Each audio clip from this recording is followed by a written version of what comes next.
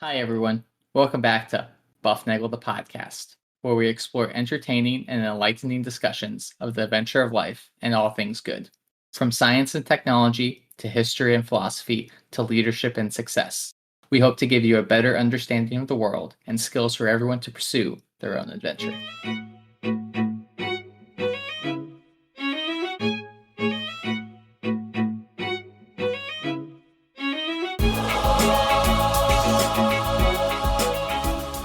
Well, hi, everybody, and welcome back to Bufnagle the podcast, where we talk about all things good in the pursuit of the adventure of life. I'm Rafe, and I'm doing a little solo episode today on a topic that's near and dear to my heart. So I think this will not be your standard full-length episode. So if you have an issue with that, send us a bill, and we will refund you for your lost expense there. So anyway, before we get started, hey, thanks for listening, guys. We appreciate you being out there. You are the great listeners that have made us a global top 10% podcast. As usual, you can reach us at bufnagle@bufnagle.com. Remember to share the love, share the buff, give us one of those 5-star reviews, hit like and subscribe or the smiley star, whatever it is on your podcast app that allows you to say nice things. We really appreciate it if you do that. And tell a friend to listen, and you will get a free episode. Remember, you are the major marketing arm of the Bufnagle podcast empire that we are. So please do your share and help us out that way. And if you'd like to, you can click on that little link to buy me a coffee.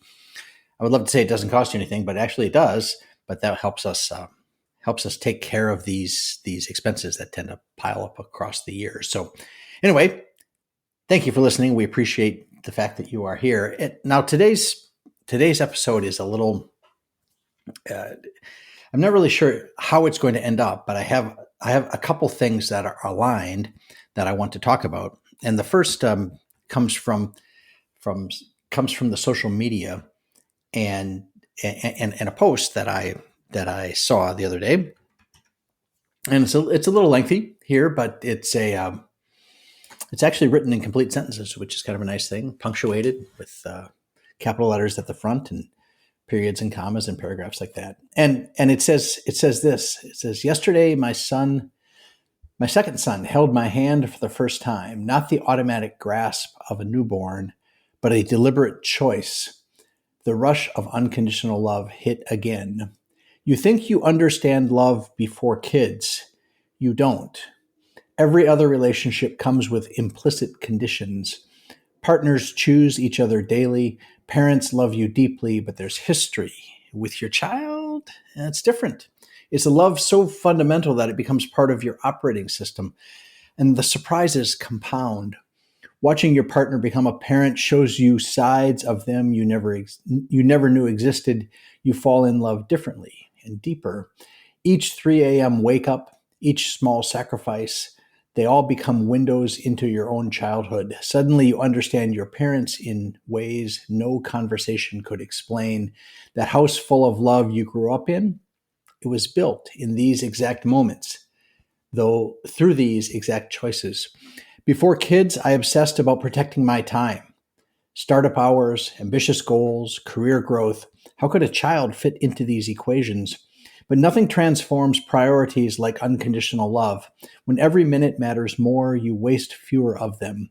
Your ambitions don't shrink. They find their foundation. I'm more ambitious now, not less. Kids don't limit your dreams. They force them to grow. They push you to scale professionally because they deserve your best, and personally because they're watching everything you do. Most people think having kids means choosing between ambition and family. But the biggest paradox?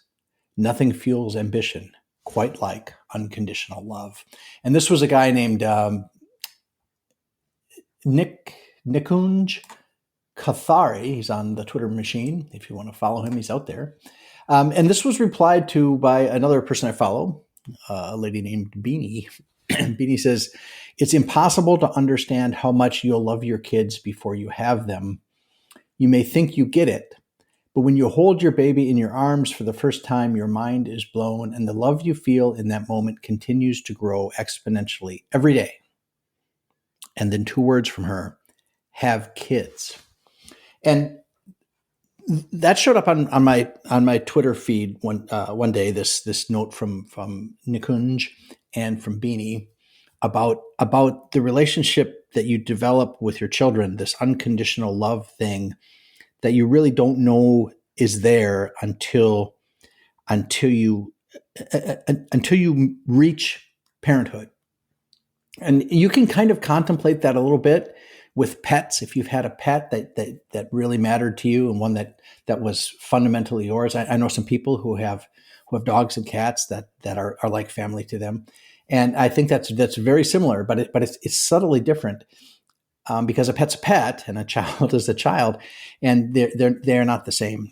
And then I saw this from our old friend C.S. Lewis. And it says, children are not a distraction from more important work. They are the more important work. So those three things that came off the Twitter machine all hit me at about the same time. And I thought of a quote from our old friend Andrew Clavin, who said that God does people without kids a tremendous favor in that he doesn't let them understand what it is that they are missing. And I don't think that's, some people might say that's kind of insulting, but no, I don't think it is. I think it's a real value, because if you knew someone who has lost a child, they say it is the worst. It is the worst thing. It is the worst thing. And if you don't ever have children, you can't see that. But if you have them and you lose them, you can now see that gives you a picture of that. And all this brings me around to the state of affairs these days. And I see that in, I guess I'll say, young people in general. I don't see it in older people because they are past this fork in the road, this predicament, this issue or this problem. And at issue is this is life for young people. It is difficult. I'm hearing that there are a lot of young people problems. There are the dating world sucks. The job search world is in disarray. You can't find good people to date or to marry. Life feels empty. Things are without purpose. We live in a dark, miserable time, and I see some of that. I can observe that in people I know, that things are more difficult than they were when I was going through a similar stage, and it is. But I think there's a way forward. Okay, it is hard, but I think there's a way forward and a way out. And I'm just going to spend a couple minutes talking about those things and ways to maybe make it work out, because I see a lot of these problems, and I try to think about how to deal with them. And I think a couple things. Some of these problems are the problems of the age, where we are with regard to how we interact with people, whether or not we have places to meet them. The idea of a third space, we've talked about that a little bit on this show, places where you can go outside of home and work to meet, to the idea of the barn dance is long gone. The places where people, cotillion society kinds of things, those are gone. Those are not there anymore, and it is a difficult world in which to meet people and progress your life in that sense. But I think there are ways around that. So some of the problems we're seeing are self-induced by not fully grabbing a hold of the things that should be grabbed a hold of. And so I'm going to talk about those in just a little bit. So the first thing is the way out, I think, is to commit to the life you want. And I don't know if that is a married vocation, a single vocation, some sort of other service vocation, but there is commit to the life you want, and do it now. Like not tomorrow, not next week, not when the show's over, but right now. Commit to that and decide what it is that you need to do in spite of all the trauma and the problems going on in the world, the issues with social media, the issues, well, anti-social media, the issues with how life got topsy-turvy during lockdowns and things, how politics may be bad or good for you, depending on what side you're looking at. You got to commit to what you need to commit to. And whatever you want that to be, you need to do that. And the first step of that is to make yourself into the person that the person you want wants. So ask yourself, don't be satisfied with who you are. Go out and make yourself better so that the person that you want will want you. And that means really taking a what do they say? A good hard look at yourself and be honest about your shortcomings and honest about your skill set and make them better. Improve your skills. Get smarter. Get faster, stronger. Get more committed to the things that will matter to that person. Now, you don't have to become something that you aren't, but you have to take the pieces that are in you and make them the best of those. Make you the best you can be, and become the person that the person you wants. Improve your skills, improve your interests, become more interesting. You are not interesting if you play video games.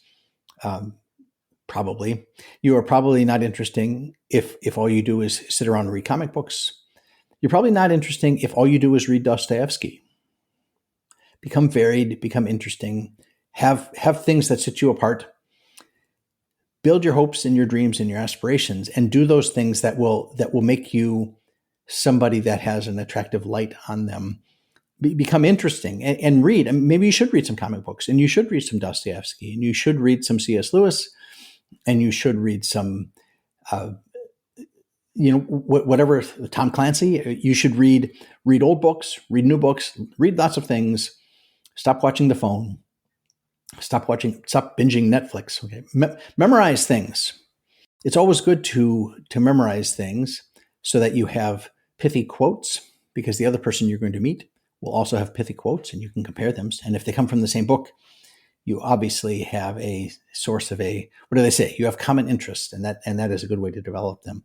Develop a craft. Do something creative where you consume less and create more. Learn to juggle. Learn to sew. Learn to cook. Learn to plant flowers. Make furniture. Build houses. Make dresses. Something. Give yourself a skill set. And I know a lot of people who have some of those skills and become good at them. And it doesn't necessarily mean you have to have a YouTube channel, but maybe that's interesting as well. You can meet people that way as well. So in the big picture, fulfill your telos, right? What were you made for? We know you are imago Dei. You are made in the image and likeness of God, and you need to act like it. You need to act as if you are something unique, something beautiful, something that creates, and something that creates something that is good. Take some risks and be gracious. So if you're the guy, you can ask her out. And if you're the girl, be gracious when he does. That is the easiest way around that. I know there's a lot of fear out there that the world has fallen apart. There's a lot of bad things people are seeing, but there's still a lot of good, and you can become part of that. But a lot of it involves taking risks. Everybody's scared. Yes, we are. And we're scared of those people who will be rude to us. But if they were rude, you probably didn't want them anyway.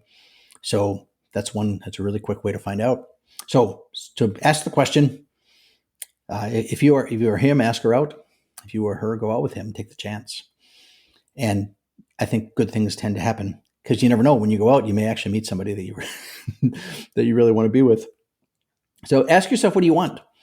And this goes back to these original questions. Do you want spreadsheets and bank accounts, or are you interested in children and reunions? I see a lot of people lining up to do a lot of work that I can't imagine anybody really wants to do. Jobs are good because money allows you to do lots of things, but it can't be the end. And I see a lot of people miserable in jobs that are not fulfilling, to get a bank account that doesn't produce enough and doesn't allow them to have the lifestyle that they want. So commit to the lifestyle you want. Ask yourself what you want: spreadsheets and bank accounts, or children and reunions. And I can't think there's really a choice here. As I age, it becomes, I don't want to say apparent, because it's past apparent. It is so obviously, glaringly true. And they say, nobody ever asks on his deathbed, I wish I would have done one more merger and acquisition. I wish I would have completed one more project. They wish for more time with those they care about. And what that means is you have to have somebody to care about, and then you want lots of them. And you can build your whole little team, and you just start with a partner, find a spouse, and have babies. It is the whole point. All right. C.S. Lewis says it is the most important work is the babies. What else would you do? Why else? I keep struggling to try to find out why we do what we do if it's not for the children and what they will bring us. And you could argue that that's somehow kind of, well, if none of us were here, then we wouldn't have to do it for the children. And if we do it for the children, then they'll have to do it for their children. And it just becomes perpetuating. And I think, yes, that's exactly right. You are Imago Dei, and in that role, you are called to create. You are called to be part of the fabric of that which is good. So I know people that are in situations where they are in situations where they should get married and they should have kids, and they should commit to these lifetime goals that are, they're aspirational, and they are joy-filled, and they are full of sacrifice. But I know they're scared. We don't have enough money to get married. We're not ready to have kids. Like, why wait? Why wait? If you wait till you're 40 to have a kid, you won't see grandkids. You won't see them. And there's a lesson to be learned in that, because you don't really see, I say this now because I learned it, you don't see the wonder there until you are the grandparent. There's something to be said for first person, that's the child; second person, which is the parent; and seeing things in third person, which is the grandparent, where you now can see, you're not seeing what it's like being a parent. You're on the outside now. You're not what the parent's experiencing, and you've been with the child, and you see that as well. But now you can see how they interact, and it is like I said, it is the best. It's called grandparenting for a reason. It is like, for those of you who know American baseball, it's like being the designated hitter. You get to watch the game from the best possible location. You get to sit in the dugout with the team. Every now and then, I don't know, every couple innings, you come up to bat, and you may strike out, and you may pop out, or you may hit a single. And if you do, maybe 2 or 3 times out of every 10, you get on base, and you get high fives all around. They call you pops and stuff like that. You might hit a home run, and you are king of the world. And then you come back into the dugout, and you say to the young guys there, you say, "You guys go out and play the field. I'll be sitting here with the coach." And you sit there with the coach, and you watch, and you think, and you observe, and it is the best. It is the best. There's no question. DH is the best position to have, because you get to do all those things without really the hard work, and you get to enjoy it. And it is full of simply joy. Jettison those things that are holding you back. And I know there are a lot of them out there. And I look back at the things that held me back. Things like fear of rejection, fear of failing, fear of the future and it being unknown, fear of not enough money, fear of circumstances you can't control, fear of losing a job, fear of having something go wrong. There is no way you will set up things in life where there will be no fears, because that's not what it's about. It is not about having things go perfectly. It is about finding joy even when things go bad. There is tremendous joy even in suffering. even when things don't go well, you can see those things that if you're focused in the right direction, you will see joy in everything, in the sunrise, in the flower in the crack on the sidewalk, in a hot pizza coming out of the oven, in a car that starts on a rainy day. There is joy in all sorts of things if you look. And part of that is the focus of making yourself the person that the person you want wants. People want to be around joy-filled people, and it's a decision that you make. One of the best ways to do that, to get rid of that fear and bring that joy in, is to get married and have kids. Get rid of the time wasters that you do. I go to the gym and I lift heavy things, pick them up, put them down, pick them up, put them down. And I look at other people doing that and I see them, you do sets, right? You're going to put some weights on a bar and you're going to lift them up and down 10 times. And you get a little tired doing that. So you stop and you take a breather, you take a sip of water, and then you do it again.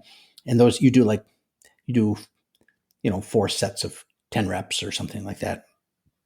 And what I see now at the gym is I see it takes forever for people to do their 4 sets, because in between their sets, they're spending, 3 times as much time of lifting. They're spending scrolling through Insta Twitface or whatever it is, and not, they're wasting their time. Time is your life. Your life is your time. Make good use of it. It is going away. I heard the other day, you got 4,000 weeks. You got 4,000 weeks. Use them wisely. Put down the phones. Stop binging the Netflix. That's not getting anywhere. That's not, read the good books. Read the book. All right. So, improve your physical, mental, and spiritual fitness. All right. Go lift heavy things. Go running. Go for a walk. Go up and down stairs. Don't take the elevator. Bike if you can. Drive if you must. But eat well. Think about good things. Read good stuff. Challenge yourself. When you don't know, look it up. Pray unceasingly. Come to know who you are in the light of the grand scheme that is the world. So I think there are paths out of the darkness, and they are hard. And God put you here in this time for a reason. You live in your time. You can worry. You can be upset that you don't live in the 1930s. You can be upset that you don't live in the 1980s. You can be upset you didn't live in 1520 or whenever, or maybe in the future. But you are here now, and you are here for a reason, and you are called to make the best of that. And I think the answer is to seek the joy in those things that you know will be true. And those things that will be true, the truest thing that you can do is to get married and have children. And now I understand there's risk there. I mean, I want to say this. What that means is you're committing to that. You commit. There's duty there. And joy comes from doing the virtuous things, even in times of struggle and suffering. So if you are suffering, I hear you. I feel your pain. And I know there's a way out. It is uphill. It is always hard. But there is joy to be found. And that's what we would like you to do, because we look forward to a great golden age to come. And for you, that can start. It can start right now. So there you go. That's what I got. That's the information from the Twitter machine and from the other things, the pithy sayings I find online in places. So I wish you all well. I encourage you to go do those things that you know are the right things to do. Get married. Who are you waiting for? If not him, if not her, what? If they're bad, dump them. If they're good, get married. Why are you sitting in between? So go do that. Have some babies. Call me in a year, and we will discuss these things. In the meantime, seek the good, live virtuously so as to flourish, and enjoy the adventure of life.